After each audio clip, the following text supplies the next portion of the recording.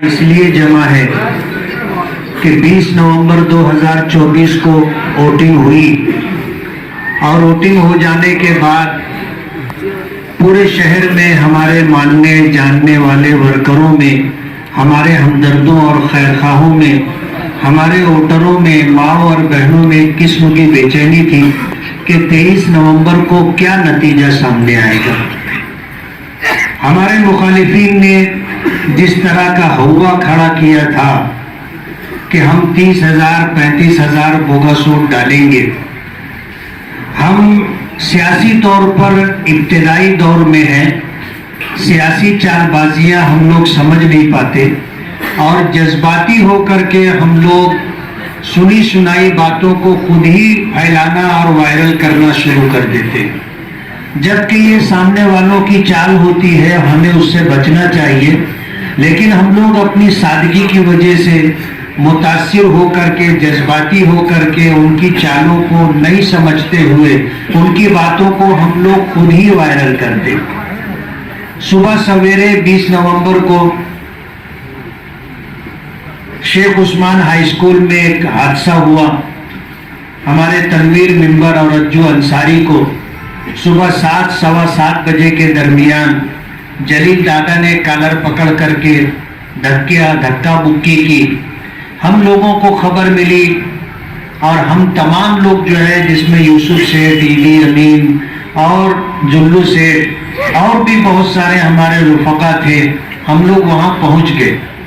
कहते ना कि खुदा शर्रे बरंगेज़त के खैरे मादरा बाशद, बज़ाहिर कोई शर वजूद में आता है लेकिन उसमें अल्लाह पाक खैर रखते। हमारे इन दोनों साथियों के साथ बदतमीजी की गई, झगड़ा किया गया, उन्हें मारा गया। लेकिन सुबह सवेरे जब ये हादसा हुआ, हमने पुलिस डिपार्टमेंट से राब्ता किया और पुलिस को इस बात का एहसास हो गया कि तमाम तर एडजस्टमेंट के बावजूद हम इलेक्शन कमीशन को जवाब दें। अगर इस तरह के हादसा होते रहे तो जो डिपार्टमेंट के जिम्मेदारान हैं उनको इलेक्शन कमीशन के सामने जवाबदेह होना पड़ेगा। उन लोगों ने इस बात को महसूस करते हुए फौरन वहां हाजिरी दी और शेख उस्मान हाई स्कूल में शाम तक इत्मीनान के साथ पोलिंग होती रही। मालेगांव शहर में जो हवा चलाया गया था कि इतनी बड़ी तादाद में बोगस वोटिंग होगी, हम जब हमारे ऑल इंडिया मजलिस इत्तेहादुल मुस्लिमीन के कौमी सदर बैरिस्टर असदुद्दीन ओवैसी साहब से बात की और उनको सूरत हाल से आगाही दी, तो वो कहने लगे कि इतनी बड़ी तादाद में बोगस वोट देना मुमकिन ही नहीं। सरकार ने इलेक्शन कमीशन के जरिए जो सिस्टम बनाया है उस सिस्टम को तोड़ना मुश्किल है। अभी हम इस पर बहस ना करते हुए आपको इत्मीनान हो जाए कि कल इंशाअल्लाह हमारी जीत होगी, उस पर बात करना चाहेंगे कि आगरा रोड के उस तरफ 58.59% जो है वोटिंग हुई है। जाहिर बात है कि बोगस वोट जिसको हम बोलते हैं, यानी मेरी वोट किसी और ने डाल दिया, ये सब कुछ ओरिजिनल वोट बोलो या बोगस वोट बोलो मिला करके ये 58-59% वोटिंग हुई है। उस तरफ 95,000 वोट है। अगर हम देखते हैं कि 59% वोटिंग का रेशो क्या बैठता है तो वो 56,000 वोट बैठता है। 56,000 वोट में से हमको उधर से कितनी वोट मिलेगी? 40। हम कोई बहुत बड़ी तादाद नहीं पकड़ रहे, बस आप खामोश हो जाओ। आप बोल चुके, खामोश हो जाओ। आपको जो कहना था आपने कह लिया। हमने उधर मिलने वाली वोटों में से हम ये समझते हैं कि 2019 में हमको जितनी वोट मिली थी, आज पोजीशन हमारी उस इलाके में 2019 के मुकाबले में बेहतर है। 2019 में हमें उस इलाके इलाके में 27,000 वोट मिली। कितनी? 27,000 वोट मिली थी। हम 27,000 भी नहीं पकड़ रहे, उससे कम वोट पकड़ रहे। हम 20,000 वोट पकड़ रहे। आपको इत्मीनान है इतनी वोट मिलेगी हमें? अब 56,000 में से अगर 20,000 वोट हमें मिलती है तो हमारे मध्य मुकाबिल को कितनी वोट मिलेगी? आप आगरा रोड के इस तरफ गाउठान एरिया में आ जाइए। इस इलाके में, पक्के इलाके में, ये वार्ड नंबर 12 है, 13 है, वार्ड नंबर 14 है, 15 है, 16 है, 17 है। इस इलाके में वोट कितनी है आपको मालूम है? 1.5 लाख वोट है। 1,80,000 वोट बताई जा रही है। 1,60,000 वोट है। और इधर वोटिंग हुई है, मुख्तलिफ पेटियों को देखा जाए तो औसतन 75% वोटिंग हुई है। बाल पेटियों पर 86%, 88%, 90% के करीब चले गए।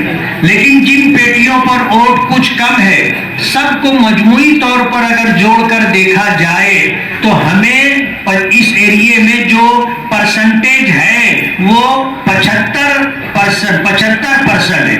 अब आप 1,20,000 वोट ये पक्के इलाके की है, जो वोटें गिरी है 1,20,000 वोट। 1,20,000 वोट जो है, आप देखो आगरा रोड के उस तरफ हम थे कि नहीं थे? हमने वोट कम पकड़ी। इस इलाके में जो हमारा अपना पक्का इलाका है, 1,20,000 वोट पड़ी है। इसमें से मैं इस इलाके में पूछना चाहूंगा, हमारे मुखालिफ कहीं नजर आए? उसके बाद भी हम ये मान के चलते हैं कि 1,20,000 में से 80,000 वोट हमको मिलेगी। 40,000 वोट हम उनको दे रहे हैं।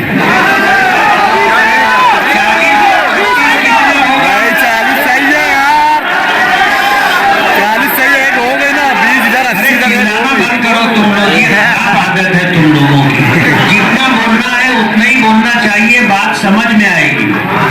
40 और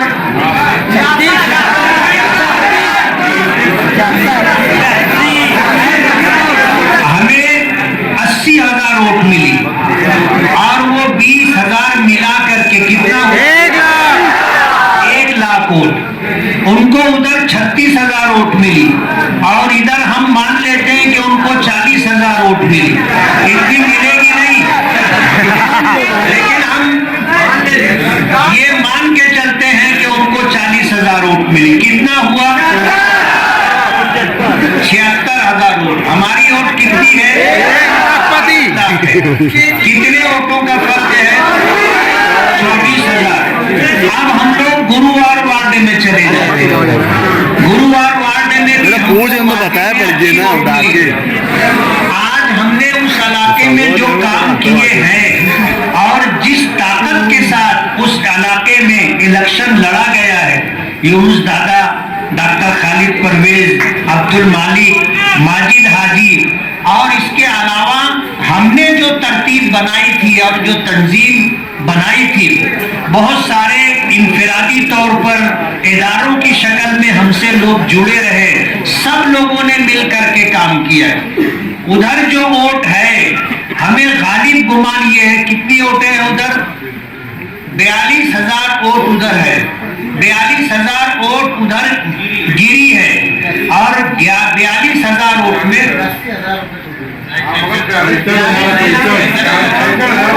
66,000 वोट उधर है। उसमें से 42,000 वोट गिरी है। 42,000 में हमको इंशाअल्लाह 15 से 20,000 वोट मिलेगी।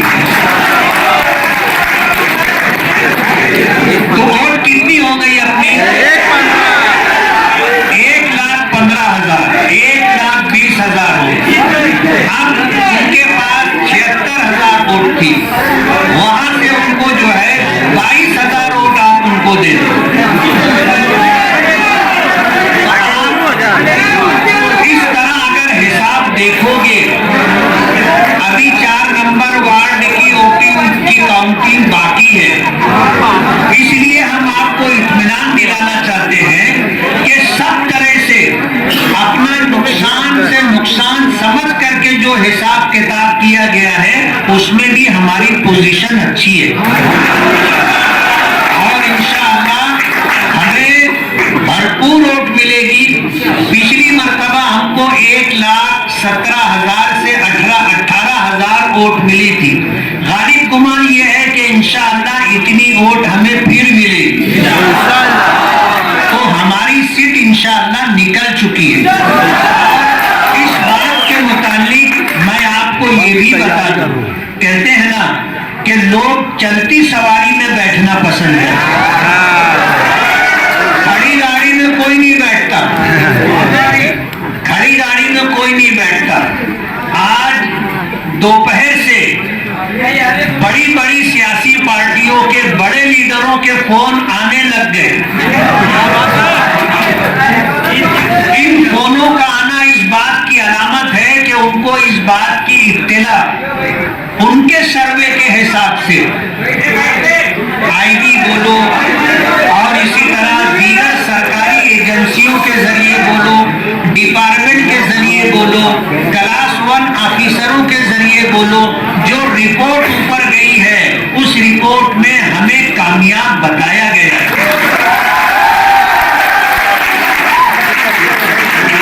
मराठी एग्जिट पोल में भी मालेगांव सेंट्रल से मेरी कामयाबी बताई गई। इसलिए आप लोग इत्मीनान रखें, घबराहट में, उलझन में, परेशानी में न रहें।